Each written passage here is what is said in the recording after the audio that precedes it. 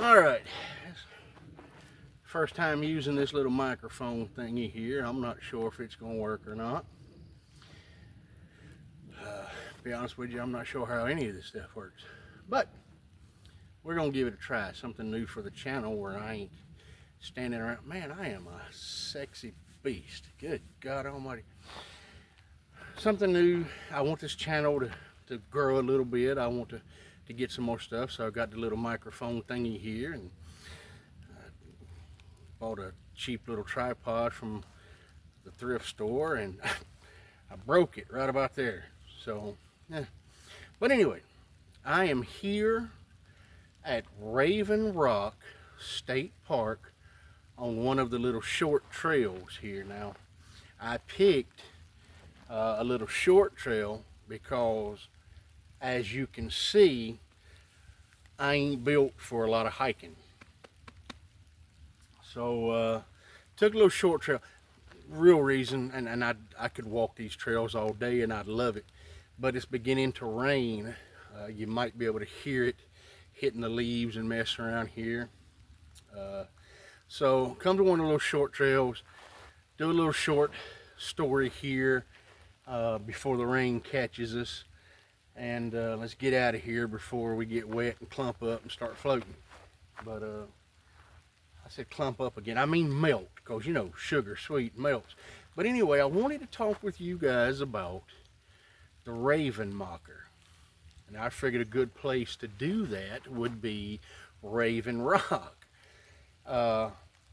Here in this forest, and I'm telling you, Raven Rock, if you've never been here, you want to come here. It's a gorgeous place, beautiful trails, very open, very clear, you know, easily accessible, easily traveled. Bring the kids, have a good time.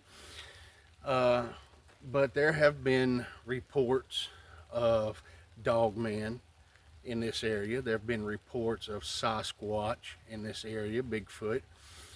And as you can see, I never go in the woods without being armed. I don't go anywhere without being armed. I don't go to Walmart, and I'm not worried about Bigfoot and Walmart. I'm worried about idiots. I'm worried about people. So wherever I go, I'm armed. But on this day, I don't think we're going to see very much. I haven't. There's a squirrel's nest right there, and I ain't seen a blessed squirrel. But I wanted to talk with you about the Ravenmocker. Now, a lot of us have heard of and we're familiar with what a Bigfoot or Sasquatch is. A bunch of us have heard of, and we may know what a dog man is. North Carolina has so many different cryptids and urban legends. You know, we've got the Beast of Bladenboro. We've got down in Tarboro area, we've got the Banshee. We've got Normie over here in Lake Norman, sea monster there. We got Bigfoot, we got Sasquatch, we got, you know, there's a lot of cryptids and urban legends and such here in North Carolina. You may or may not have heard of, you may not know about the Ravenmocker. Now, the Ravenmocker is a Cherokee legend. It's a Cherokee story, and part of my heritage on my mother's side is Cherokee. So I heard the story a couple of times growing up. I heard the legends a couple of times growing up, but then completely forgot about them until not too long ago. I was doing some looking about on something else and come across some stories of the Ravenmocker. Now, what this thing is, what this creature, this person, what this is kind of like a crone, an old woman creature. Okay, it's part raven, part human. It is basically immortal, and it gets its immortality from this. What it does is it's out here in the woods. It can call out, it can mimic out. We know if you know anything about a lot of the stuff that we stories and legends in Appalachia, couple of rules that you follow. If you hear something, no, you didn't. If something calls out to you, no, it didn't. Don't go out at night. Don't whistle at night. Don't whistle in the woods, period. But, there's certain things like that. But what this thing does is it calls out, or it whistles out, or it makes something to get your attention, to get you to come to it. If you won't come to it, if you know better, and you stay away from that. Let's say you build your little campfire, you're cooking your little weenies and your marshmallows, and you're going to camp out, then sometime during the night it'll come to you. You won't go to it, it'll come to you. And what she does is she'll kill you, she'll eat your heart, she'll take your heart. Okay? Now, however much life you have left, we all know, according to Scripture, it's appointed unto every man once to die, and then the judgment. We all have an appointed time when our ticket's going to be punched. Okay? Now, if the Ravenmocker comes, let's say, you're 35 years old, and your ticket's not scheduled to be punched until you're 60 years old. Okay? But she comes to you at 35, and she kills you, and she takes your heart, and she devours it, then that time that you had now becomes her time.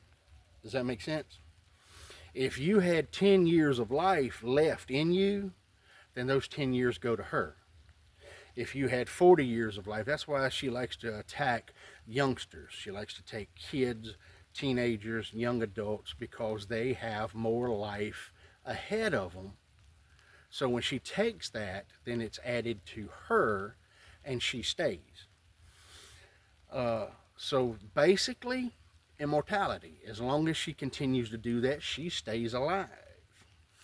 Now, I haven't heard very many tales of the Ravenmocker.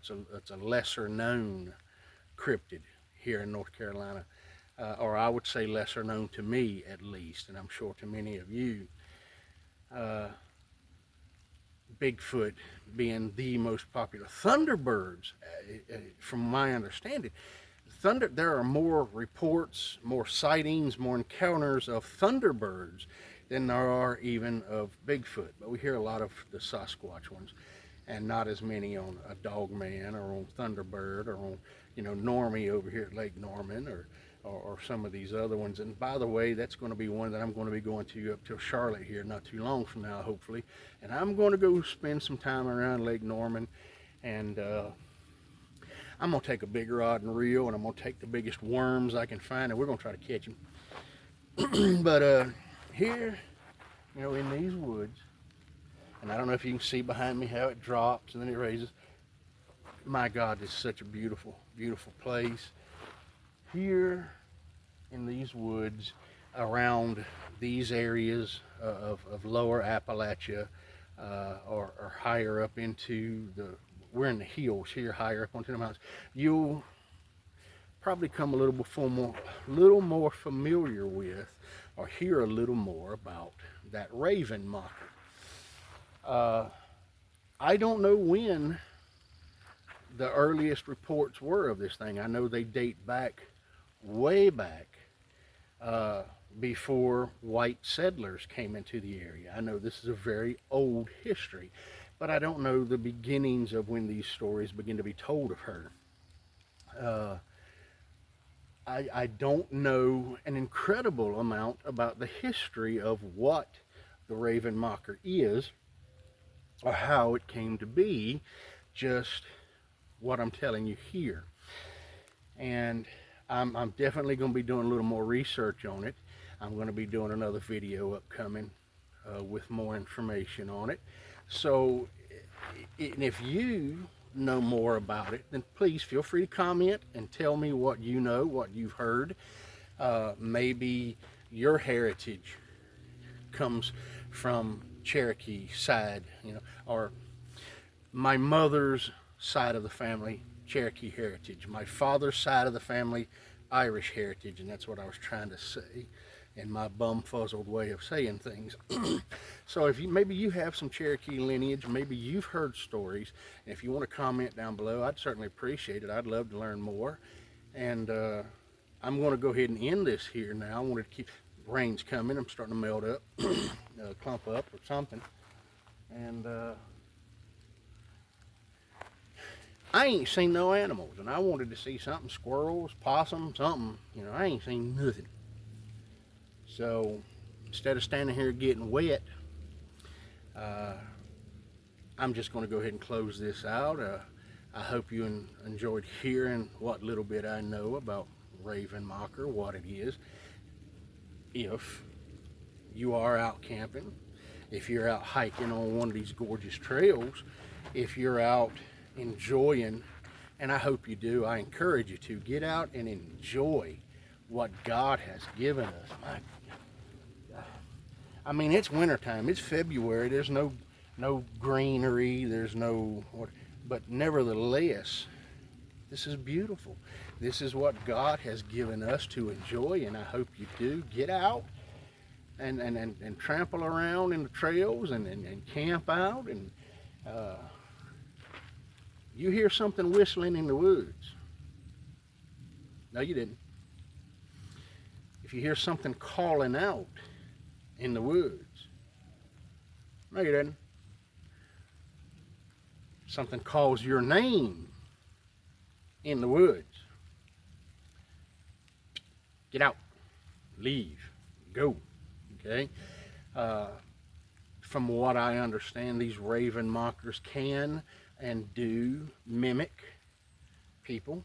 You know, you may hear, and I've had people tell me that they've been in the woods and they have heard their name called in their voice from the woods. You know, I've never heard that. Hope to God I never do, you know, because I don't usually carry an extra pair of clean drawers with me. And if I were to hear my name called in my voice from over yonder somewhere, I'm going to need some clean drawers. So, hope I never hear that. From what I understand, they do that. You know, they whistle, they call out, they get your attention, they draw you to where they can get you. And if you don't go, then they will find you and come get you when you least expect it. But it's one of the lesser known cryptids. I obviously don't know a ton about it. I'm going to learn a lot more. I'm going to research and study more. And I want to do another video about it. But you guys come out. Come out here to Raven Rock. Lillington is the closest little town, about 5 minutes up the road. So, you know, you can stop and get yourself something to eat. Stop shop a little bit if you need to. Come on out here, and there's places to camp. There are places to fish. There are some beautiful waterfalls back down some of these trails. You know, there's places up here where you can bring, if you own horses, you can bring horses and ride designated trails for horses and stuff. Beautiful place. I encourage you to come out. Bring your cameras, do some videos, bring the kids, stretch their legs out, and just have a good time.